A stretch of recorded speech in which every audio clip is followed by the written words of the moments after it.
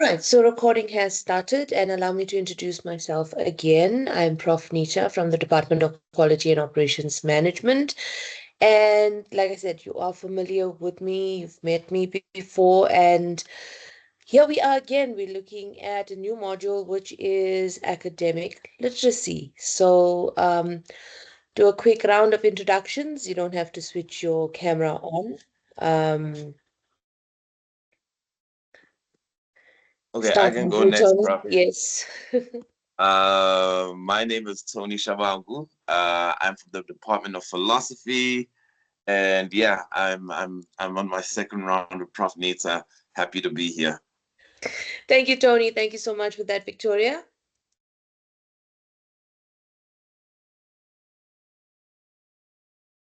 Victoria, can you hear us?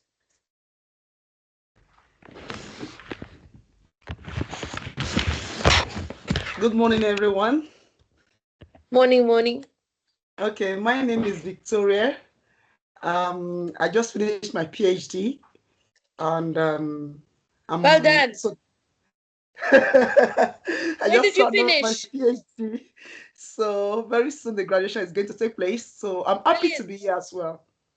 Brilliant. Brilliant. Nice seeing you bright and early Saturday morning. Thank you. Okay. Masatuka, I see, has the AI assist on, which is fine. It'll be dictating, taking down notes. All right. So now that we have you online, I'm gonna switch the camera off because, like I said, you know who I am. We're gonna go through the learner guide and why we are here today, why we're doing this module. Um, and then we look at the various units and the activities that we have to do step by step. So, module that we are undertaking is academic literacies in research supervision. um, Please forgive me, like I said, a bit under the weather, so I may have to stop and pause in between, right? My throat gets a bit sore. So, all the information that you will require out of this module in the learner guide in terms of administrative activities, your lecturer and facilitator, which is myself, my availability, your attendance requirements in this course would be 80% attendance on classes and 100% obviously submission of all assessments and activities.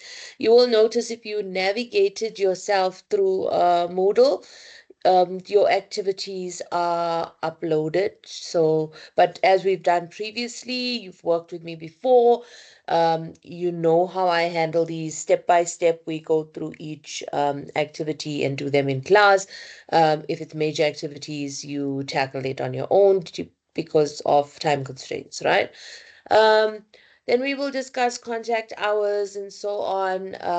Target audience, we're obviously looking at you guys that are academics or students that are being supervised or are supervising, but you in the research process, right? Then we look at assessment criteria, learning units. We have 5 learning units that we will be covering, and today, obviously, it's the beginning of this module, so we don't want to overload you. It's a lot of theory, as you know, with the previous modules that you've done. It's a lot of theory to absorb and take in and um, but we dissect, we analyze, and um, we get to the crux of what each activity is. In terms of my details, it's there. You generally communicate with me via email, a short bio of who I am. Availability, I am available on Teams, Ulink, you can send messages and stuff like that. I don't use instant messages or WhatsApp groups. So preferred mode of communication would be if you want a consultation, it will be online Teams or Zoom. If you want to meet in a contact contact session one-on-one, which is not virtual, you'll have to look at my times that I am available on campus because I'm not on campus every single day, right? And then there's always the emails where you can contact me on. So this attendance is, like I said, it's online contact sessions, assessments also all done online. It's continuous assessment, so you have activities, assignments, and a final submission. All right. Contact hours, how long the course is. Um, in this case instance, we are looking at running it starts on the Saturday, so you have Saturday and Thursday evenings, right? And we try to cover as much as we can on a Saturday without too much of overloading, information overload. Um, Entry requirements, I'm sure you know the entry requirements, what is required of you in order to come into this program because you are here, you are registered, you're sitting in this class. All right. Um, so what you're trying to do in this module is it aims to extend your understanding of academic literacies and the ability to guide and support your postgraduate students or support your studies as a postgraduate student. How you read, how you write, and how you convey your message, communicate what your statement is. Okay, obviously supported by some kind of reference. Let me give you a good example of how we write and how we put down our thoughts and ideas. In addition to personal and professional growth, academics who complete this short learning program likely to benefit the university or institutions or higher education sector because you have this background and then you can yourself as a supervisor impart this knowledge to either your colleagues or to your respective students. So the purpose of this module to enable you as a supervisor, because remember, this is all about research supervision. So it's enabling you as a supervisor of these postgraduate students to guide them in developing advanced academic literacy skills required for successful completion of their research project. So how to do the actual technical or scientific write-up of their dissertations, minor dissertations, theses, and so on. So we are looking at what is socially and culturally embedded social practices. And as we go along with from unit 1, then we will get a better idea of what this academic literacy is all about. Some outcomes of the study. So on completion of the study, what you as a student right now who is sitting in a supervisory position would obtain on completion of this module. Um, there are additional notes, there's readings, everything's been uploaded. I've just uploaded some journal articles that would help you. It's just for Unit 1. So it would help to support the notes that we're already going to cover today. So it gives you more of an understanding. So there's a lot of research, there's recommended research, there's articles that's put out here. It's just a matter of you referencing it, going to it, reading it, and getting more knowledge because some of this part of this module is self-study as well. So when you're doing your activities and your assignments and stuff, it's going to be self-study. So a lot of the work you need to do on your own. So as per the UJ policy, when it comes to your assessment, final assessment would be in the form of take-home submission, which contains 40% of your mark or carries 40% of your mark, and that is a final assessment that you will submit, right?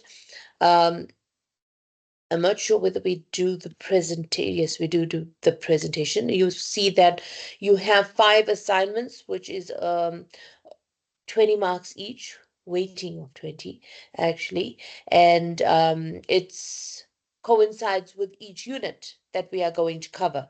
So obviously unit 1 will be covered in assignment 1, unit 2 under assignment 2, and so on, right? So it's broken down into 5 units. So it's quite a bit of work that we need to cover. So we will see how much of it we will cover by today. All right. So the first unit that we're going to start with is guiding you on what exactly is academic literacies and conceptualization. So up until this point, is there anything that you would like to ask? Any questions that you have before we begin with the content of this module, starting with Unit 1? Anyone?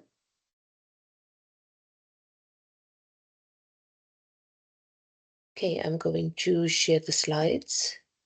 You have the notes in front of you. I'm assuming you have it open, so you will be following the notes. I will upload these slides as and when we move along.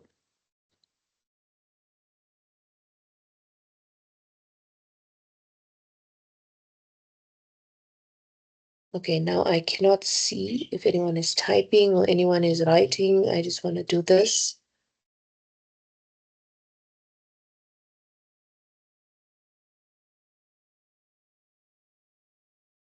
Okay, so you all can see the screen. All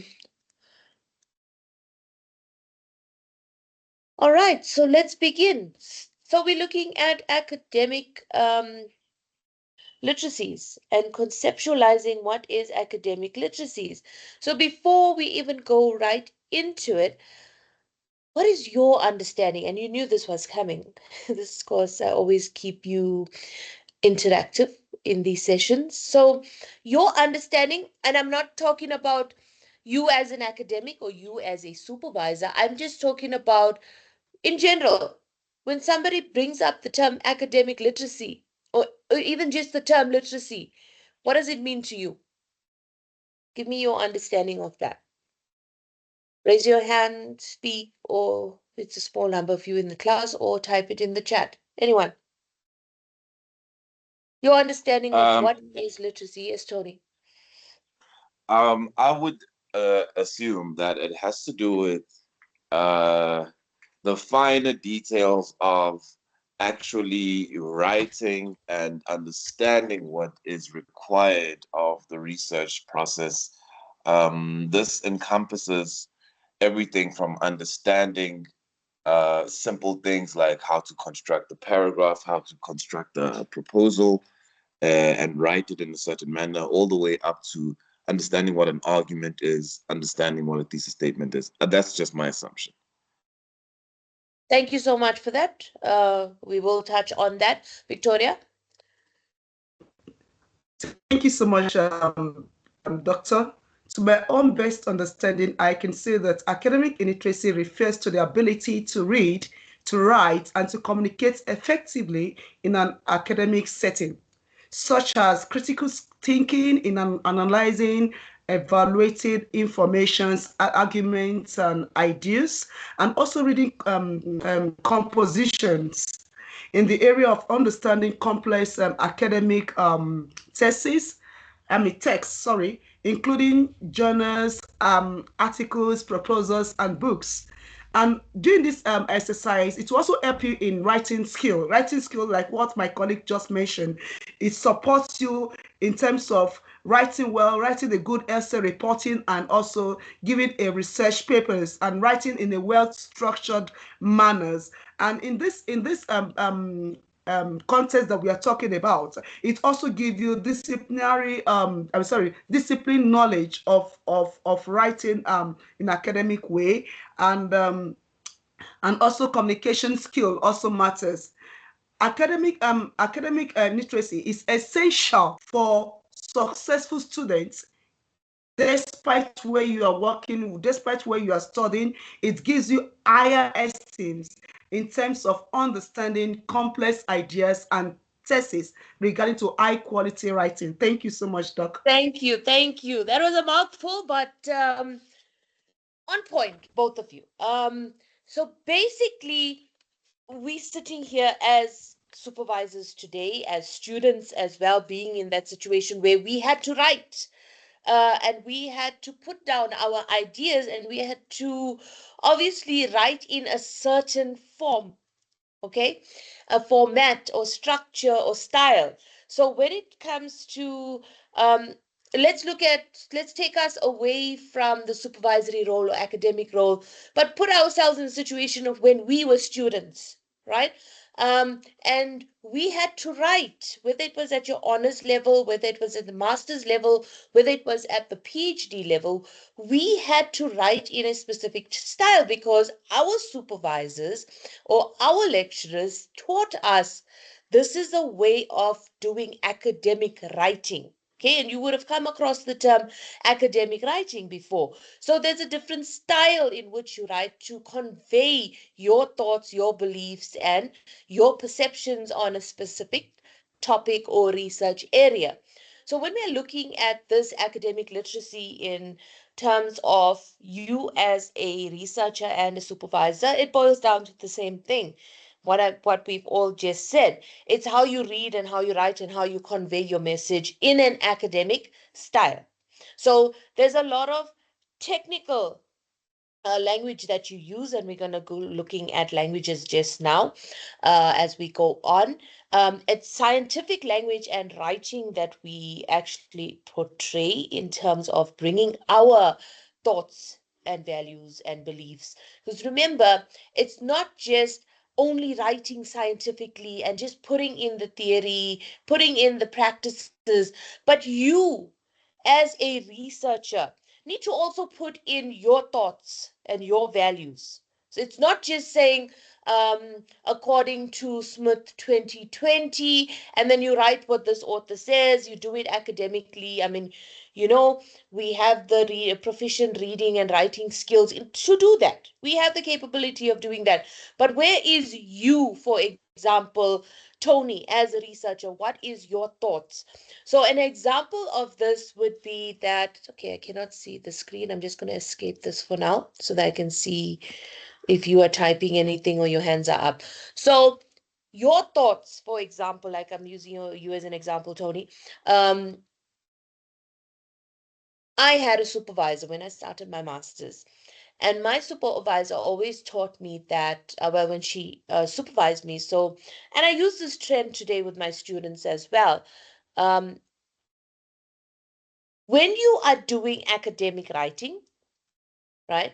And you want to get your thoughts out there. They always say support by literature, support by literature. You know, you hear this all the time. And my students actually get a bit annoyed because one student, and I'm going to give you that example, like two students. I just had a class last week, Tuesday, right? So these are the honors students, also, well, postgraduate diploma students, and they do a module that's called Quality Project because it's a quality program.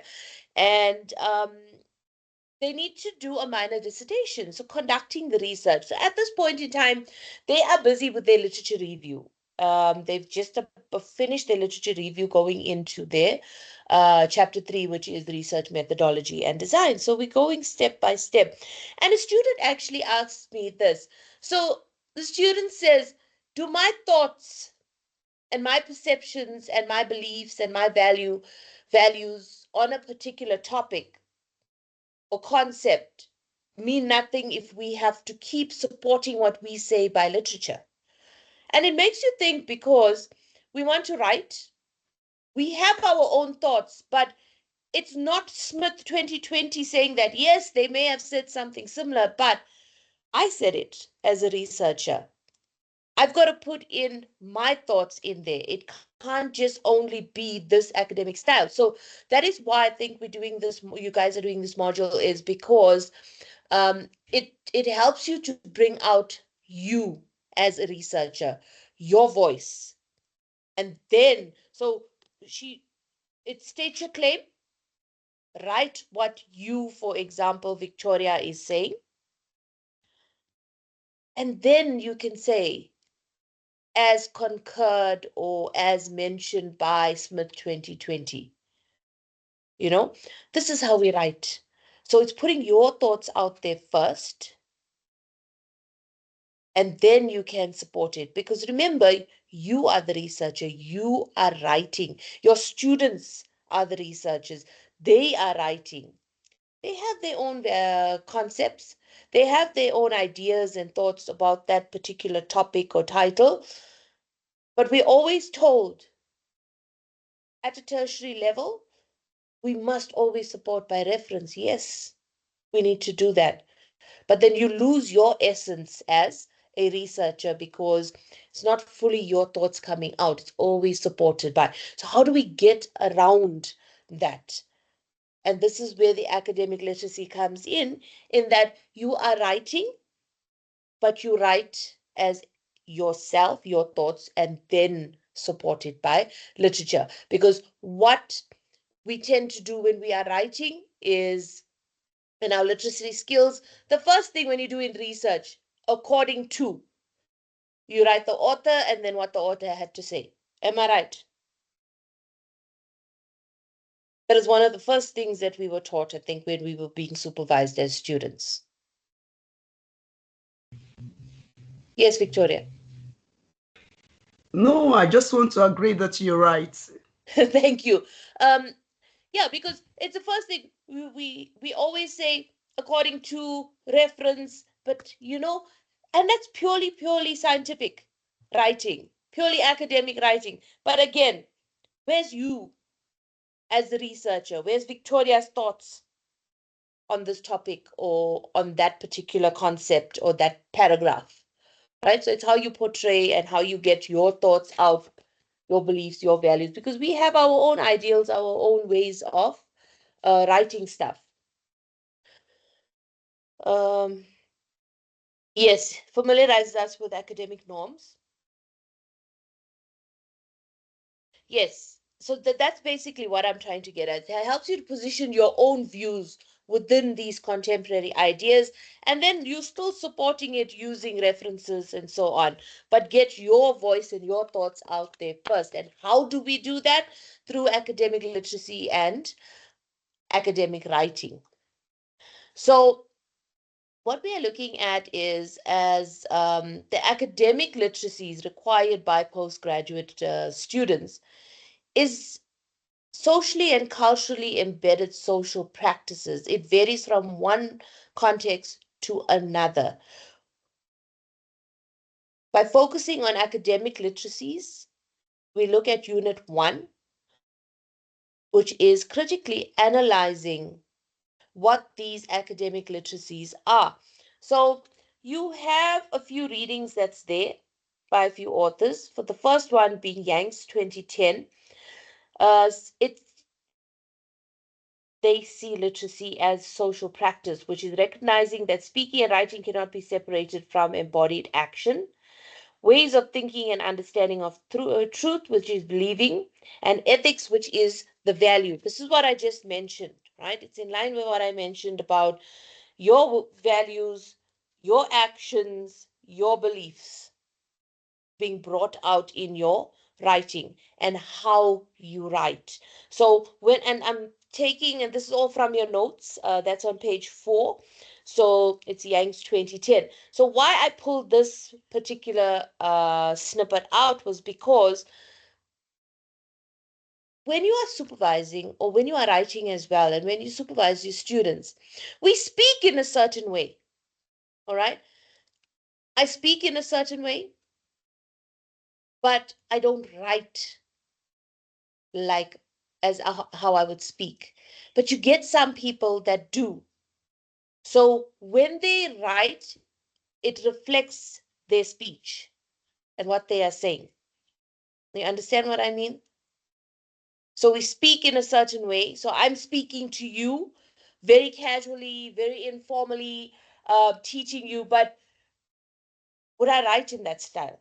When it comes to academic writing, am I going to write like how I speak? Anyone? Much like you as well. We speak in a certain way, but do we write in the same way as we speak?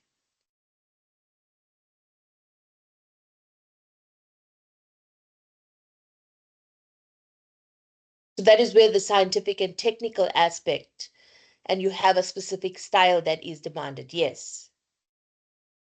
That is why it's called technical and scientific writing. There's a style in which you have to follow in research, how you write. That's the how part of it. So, and a lot, why I'm bringing this up is that it ties in with that statement in that and I've come across this with my students, because remember, with the honest students, it's first time doing research. So they need to be taught from the beginning, step by step, how to write, how to do a proposal, and not just how to do a proposal, but how to actually write a sentence, or how to actually write a paragraph and then reference it. And then it comes across, and I've picked this up, where the scientific aspect, you have to teach it to them. That style of writing, specific style, has to be taught to them. And we have a lot of writing workshops as well at UJ, which teaches students, and we send the students there. So it teaches them academic writing, right? It teaches them the academic literacy skills. Because, like I mentioned, the way we speak is not the way we should be writing in research.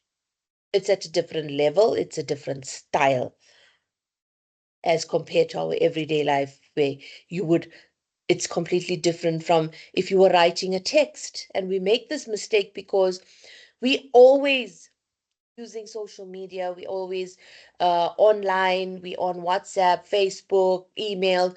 There's also a certain way that we type, convey our message. If you are typing a message on WhatsApp as opposed to typing a message on your email, is it the same, or is it a different style? And why is it a different style? Anyone?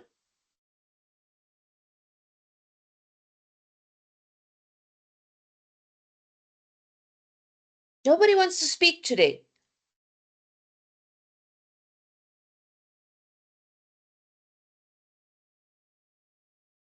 Come on, anyone. You use emails every day. You're using your WhatsApp or instant messages every day.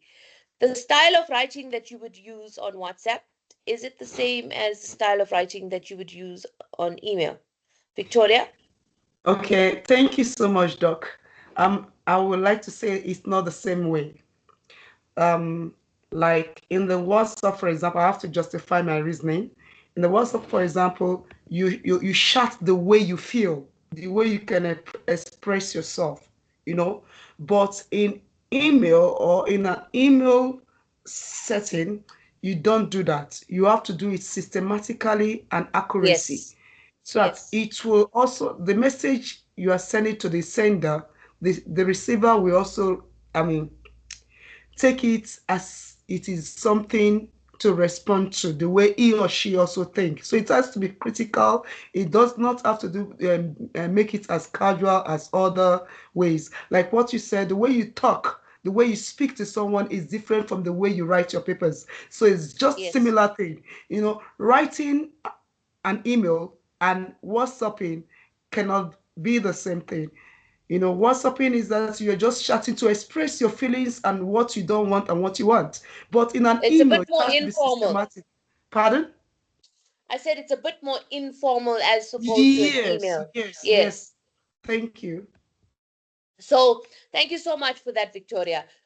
So your understanding is correct, because, like we said, you speaking to, I think, because WhatsApp is a bit more personal than your email.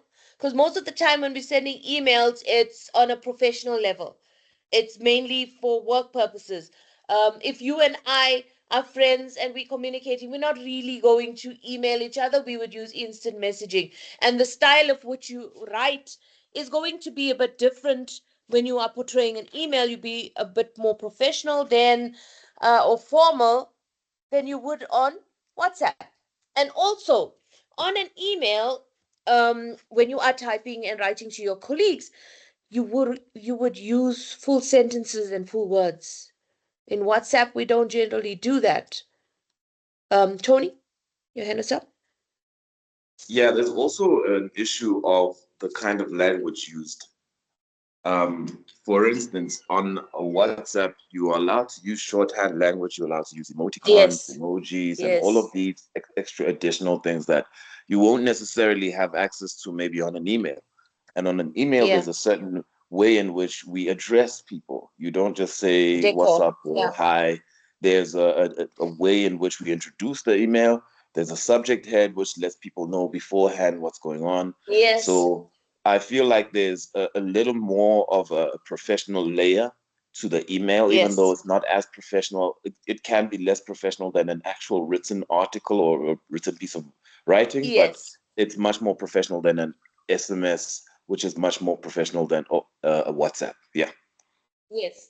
No, no, that's what I'm getting at as well, because that shorthand and stuff that you're talking about with the emojis and everything, it's more informal when you're communicating on an instant message as opposed to email. Like you said, it's a bit more formalized and professional, and how you address someone, like you said, you're not going to say hi and stuff. You're going to say good day, good morning, um, or dear someone, but like it's more formal. But if you notice these days, I'm not sure if you've seen it, Outlook actually gives you emoticons and emojis now that you can use on your emails. All right. Um, I just think it's because of the generation. Uh, Now that we're moving into a lot more junior staff that we have a lot of junior staff in our department. And again, it's how you adopt them into the writing, and um, because different people have different styles. Like I said, they have their own beliefs in how to write and how to do things in a specific way. And I think that is why we're here today with academic literacy, is to say that um, it's not cast in stone, but there is a certain level of decorum and formality that you have to follow when it comes to academic writing, especially in research. So these are the things that we are touching on today. Um, so I just have a few basic definitions on the slides where um, what is academic literacy, right? Um, then we are moving on to what is called academic discourse. So the discourse is more of the language of how you speak, it's ways of behaving, interacting, thinking, believing, how you speak, and what is socially acceptable in terms of your reading and writing skills, right? So, academic discourse, and I put in simple definitions because I want us to really understand and break down this entire um, unit to really know what it is before we get into more in depth um, discussion on academic literacy and how to actually write. So the discourse that we are looking at, and there is an article that's also there in your notes. So we're on page 5, and we're looking at G1 1996 and what is the conceptualization of discourse. So I've just I read through this, and it was, I wouldn't say confusing, but there's a simpler way of explaining it. So the reason why I'm doing basic definitions is because we need to, obviously, it says conceptualizing. We need to understand these concepts. There is um, a way in which you would lecture, and it's called a pedagogical approach and an andragogical approach. I'm sure you may be familiar with these terms if you are an academic and you've completed a PhD, or you in research being supervised, or you are a supervisor. These things come up: pedagogical and andragogical. Pedagogical approach is the way you teach at a certain level of maturity of your students. Andragogical approach is more an adult centered learning, right? So the way you would teach or supervise a first year or second year student is completely different to how you would supervise or teach somebody that's at an honors or master's level. Because for one, the way they write is going to be different. The way they grasp concepts is going to be different because they're much younger. Maturity level is not as high as someone that is at a postgrad and master's or PhD level. And I'm talking about maturity in terms of academia, being a student. right? Where the first years and the second years need more guidance. They need more guidance, more support, and you basically have to spoon feed them everything. So your approach to how you supervising and teaching them, and yes, they do research projects at second year level and first year level.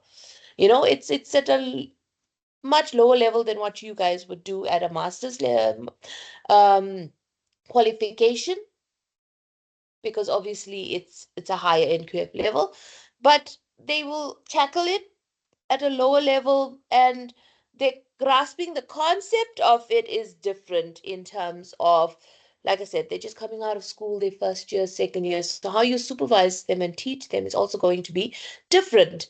And the way they were taught to write, especially those that have left school leavers coming into your first year programs, right? Starting a diploma or starting a degree, they were taught to write in a certain way. They were taught academic literacy at a secondary school level. Now you're coming to a tertiary school or tertiary education, tertiary institution, and that style has to change. And this is why we say with maturity and maturity levels. So as you progress through the different stages of your academic journey, the writing becomes a lot more different.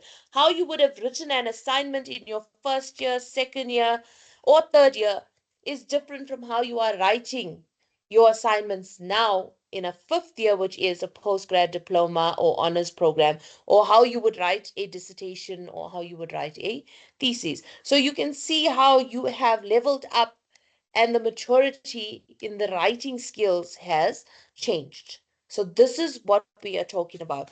I mean, looking at the discourse of that is that specific style of how you communicate and how you write in this world, in the academic world. It's also that level of maturity in your writing, the way you construct sentences and how you put together the sentences and the paragraphs, the flow of the writing, and so on. The academic discourse involves how we alter the communication when engaging in discussions as well. Some examples of it is your textbooks, presentations, dissertations, research articles, lectures, much like this discourse that we are having. Discourse is communication, right? And I try to keep you active, and that is the communication that we have during the lectures. Then I've also given you research articles to refer to, again communicating to you that in order to understand this material better, you need to read these articles.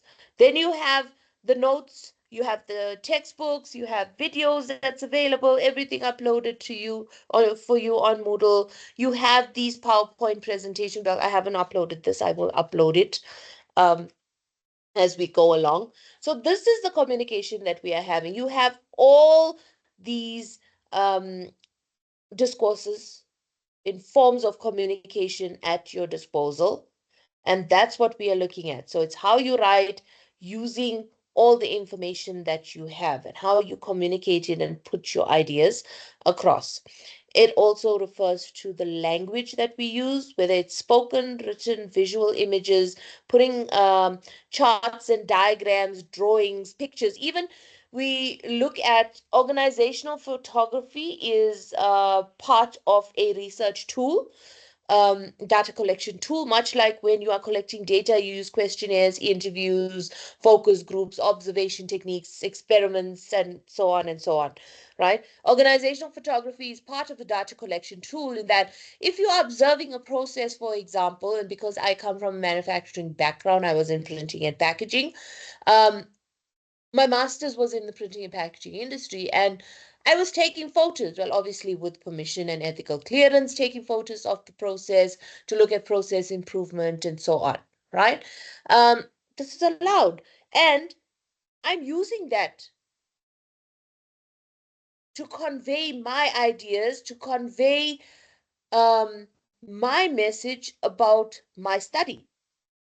I'm using visual images to explain it. And a lot of us with research, we do that. We don't just write, but we put visual images to support what we are saying.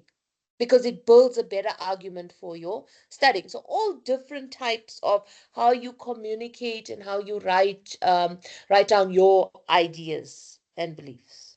All right. Up until this point, is there any questions? Anyone? I think we're still good, Prof. Okay, cool. Because I'm not seeing, I keep flipping over into screens. So thank you for that.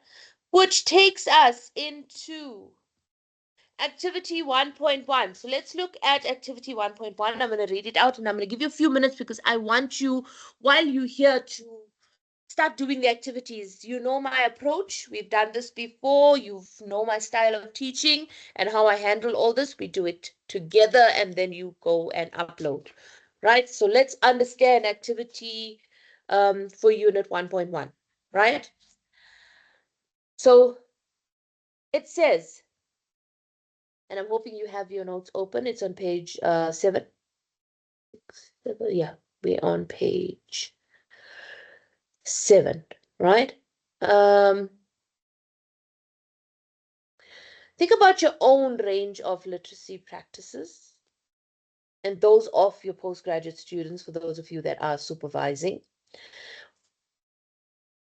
And then write one paragraph about the diversity of the literacy practices with which you and your students engage. You can write another paragraph in which you reflect on the following questions.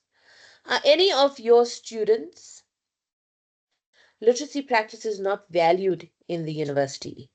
Could they be useful points of departure for inducting postgraduate students into the academic literacies required in certain disciplines in which their research is located? If so, and how can this be done? So let's look at the first one, right?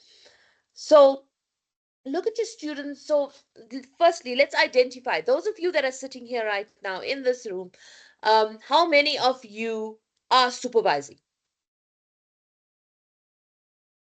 or being supervised? I'm supervising, Prof. You supervising. Okay. Anyone else supervising at the moment or being supervised? Because you can also look at how your supervisor has guided you, and we can touch on those approaches. Okay. So if you are not supervising, you are here to learn how to do research supervision. But you can also, a lot that we learn comes from our mentors as well, our mentors and our supervisors, because we learn from them. Like I said, when I was supervising, I started off with what my master's mentor had taught me and guided me. But over the years, I met with so many different doctors and professors and mentors, and then your style starts changing. You start improving, and you see there's so many different ways of actually supervising, writing, guiding, mentoring. So it's not cast in stone that there's just one method that we have to use when we are supervising. It goes according to, and that's why we say what is socially and culturally embedded, because it's also your ideals and your beliefs that you bring out into your supervision or even your teaching. Okay, so touching on that, so think about it. You have, are any of your students, plural, literacy practices not valued in the university?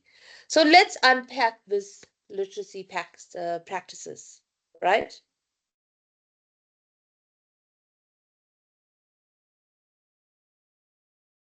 I think I'm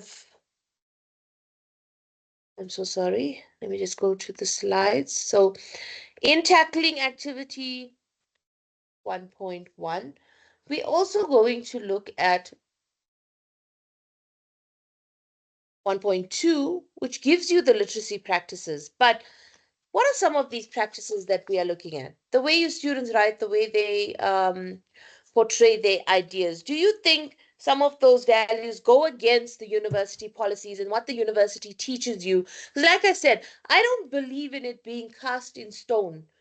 And why should a student's values not be heard? Why should it go against? Because if you're looking at social and cultural background,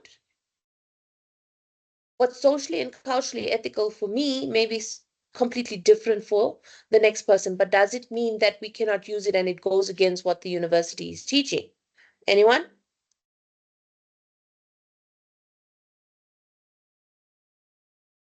Not necessarily, Prof. I don't think it goes. Well, I don't think all practices all go against like what the university expects. So, for instance, a lot of Yeah. students coming into university have been taught what is called rote learning, which is a style of learning that is good for high school and it's good for Mm. retaining information, but it's not good at actually unpacking ideas or showing real understanding. So a lot of students come into university with that style of learning where they're simply just Absolutely. absorbing information, not to understand it, but to simply just regurgitate it. And Regurgitating. Exactly. yeah, and that's not a crime, but it does go against what we want from the students. It's not a crime That if they keep to that, but we try to discourage them from using that style. We try to bring them into the fore of thinking in a way that is much more explicit, in a way that we can understand that you understand. So yes. that's one of the things. I don't think it's a terrible thing, but students do find themselves coming with a lot of that, and we have to then do something about it, even though it's not necessarily against university policy or anything. Yeah. It's just that and I'm so glad that you brought that up because it was what I was touching on in that the style that we learn at secondary level that is different from what we are bringing into or taught at tertiary level, right? Um, you just learning, you regurgitating, you writing because you taught this is what I'm supposed to follow A, B, C, D, right? And then you come to a tertiary institution and then you taught something different. It's much like I just mentioned with mentoring and supervising and so on. I was mentored in a certain way and thought that that was a way of supervision and mentoring. But as the years progressed, I learned with this academic journey and research journey that there's many different ways of doing things. There's different styles of doing things. So that is why when these learners come in, the school leavers come into their first year, we have academic writing skills. And it's the academic writing center that UJ has that guides them on how to write in a specific way and how to communicate in a specific way. It's completely different. Like we said, you don't write as you would speak right now. I wouldn't write like how I'm speaking. So we are looking at now these literacy practices are how you read, how you write, how you speak, conveying, even just communication between two people. That is a literacy practice and it's how you communicate. And a lot of, and they say lost in translation, because sometimes when you're communicating, um, the next person can get confused. And we're going to go on to different language barriers and language skills and also translanguaging, where you have people that have different backgrounds and English is also not their first language. So that is where they struggle as well with academic writing because English is not their first language. But when we get to that section, we will tackle that. So, can you just go on to what is the styles or literacy practices that your students or you as a student may have picked up if you are not supervising that you think may not be valued in, and like Tony said, it's not so much as they don't value it at all. I think what the statement means is it's different from what you learned in secondary school as opposed to what is expected at a tertiary level. So do a write up, just a paragraph on, are we going against the university? No, we're not. We're just saying that there's different styles of how we read, how we write, how we taught, and or as we progress, it starts improving, and then you learn different and newer styles, varied styles from different people on how to read and write and communicate. Could they be useful as points of departure for inducting postgraduate students. So when you're inducting your postgraduate students, do you teach them about academic literacy? Do you tell them how they need to write, or is it expected that I'm supervising, you're supposed to have background? And I'm going to give you an example because this is something I expected and it was a mistake that I made. Is it expected that the student is supposed to have that academic literacy background? Coming into an institution, say I'm not saying first year students, I'm talking about the research levels would start at level 4, 5, and so on. I'm talking about academic year. So completing a degree, completing an honors degree, going into a master's, going into a PhD. Yes, Tony. Prof, I have a bit of a, it's a comment, it's not really a response to your question directly. Yeah. There are Yeah. cases in which students come into postgraduate programs from different institutions, and Yes. we are not all given the same foundation. So it's very important to have an induction process that includes academic literacies. Small things like teaching how students what the protocol is to approach a supervisor by email in the right way, addressing them in the way it can make or break a student in a new institution. So I do think it's necessary to always have something in place, whether you're Yes. going to have a postgraduate manual or handbook that will have some rudimentary items around academic literacies, around issues like plagiarism and how they are treated in an institution. Yes. Those are all important norms for someone to kind of wet their feet with immediately when they move into an institution. No, 100%. So that's what we're basically saying is that um, they need to be given the skills or taught the skills, right? You're coming from various backgrounds, various institutions. Everyone's got their own different policies, their own different ways. And now you're moving to a different institution, and how is it going to be integrated there? So that is why I say UJ has this academic development center that does academic writing workshops. They even help students with research proposals, how to do your assignments, how to write, how to draft sentences, because believe it or not, sometimes we miss those basic skills, reading and writing skills, which is required when you come to an academic institution such as UJ, and it's research based. We have a lot of focus on research. Aside from taught modules, there is a lot of focus on research because you would notice that in terms of research and publications and stuff like that, we riding on the top. So I think it's very important to integrate that, and when they come in, have these workshops and have these courses, and it helps them to enhance their skills. Okay, so activity 1.1, we discussed it, and the process would be for you to now go and do your write up and upload. So it's on Moodle. Go to where it says activities, and then it goes activity 1.1. Upload your answers to activity 1.1 there. Everyone with me? Everyone good?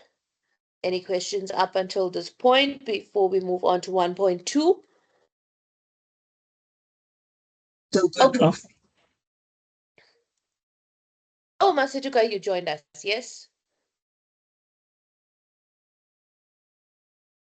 I didn't hear you. Oh, no, I was saying still good, Prof. Thank you. Okay, great. All right, so it's 9:57 on my side, and usually, and I forgot to do this because we went straight into the ladder guide and introductions, we'd have not identified our comfort breaks, tea breaks, lunch breaks. Can we do that quickly so that the following sessions we already know that we set up our ground rules? So first break would be at what we used to do the last time. It was 10 or 10:30. Our comfort break, and then we take a lunch break, depending on how much there is to cover. I'm happy So with one at 10, Prof. I don't know 10:30. if everyone, or 10:30. Sorry, I can't hear you, Tony. No, I'm saying I'm happy with either 10 or 10:30, so we can have a vote maybe. Yeah, guys, 10:30 or 10. Okay, 10. Thumbs up. Your 10 is okay, Doctor. 10 is okay. It's okay. Okay, so we almost at 10 o'clock. You have 10 minutes comfort break. We come back at 10:10, and then we continue with 1.2, unit 1.2. And then we take a lunch break depending on how long the sections are going to take us. I think our lunch break should be maybe at about, or next comfort break should be about 11:30. All right, so let's take a 10-minute comfort break and then we'll be back 10:10. All right, see you guys soon. I'm going to stop the recording and then I'm going to start it again. You'll be given links to the recordings.